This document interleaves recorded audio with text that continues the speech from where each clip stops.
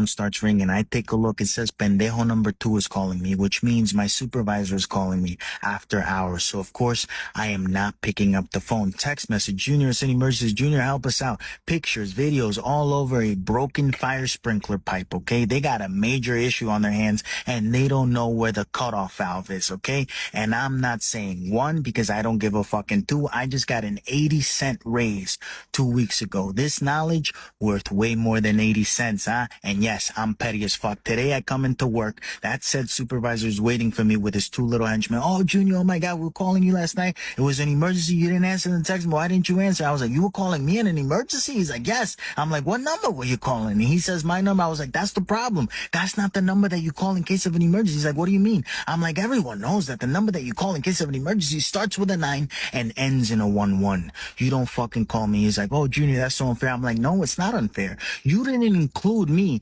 in the emergency fund money when we were talking about raises 2 weeks ago. You gave me 80 cents. 80 cents does not equate to the amount of information that I know. And you're my supervisor, right? He's like, yes, I'm your supervisor. I'm the authority figure here. I was like, well, if you're supervising someone, you should know the exact same information that that person knows. That person should rely on you for information, not the other way around. Huh? How can you make more money than me and no less than me? This doesn't make any sense, which brings up a very important question for yourself. If you find yourself ruling, supervising other people, make sure that you know what you need to know and you don't find yourself depending on an asshole like me that's going to remind you how fucking stupid you actually are, okay? And he says, oh, Junior, we offered you a promotion. I was like, you offered me a trap. You offered me an extra $3,000 a year for an extra 10 hours a week. How the fuck does that make sense? I already don't like you. If I have to spend another 10 hours a week with you, I would probably hate you and myself for allowing myself to put myself in that fucking situation. So a promotion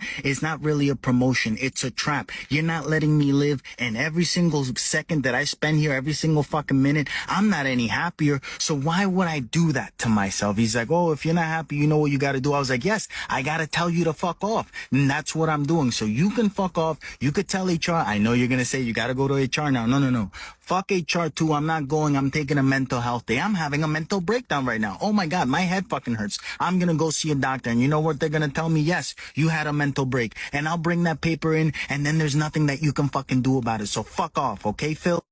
11:30 p.m. last night.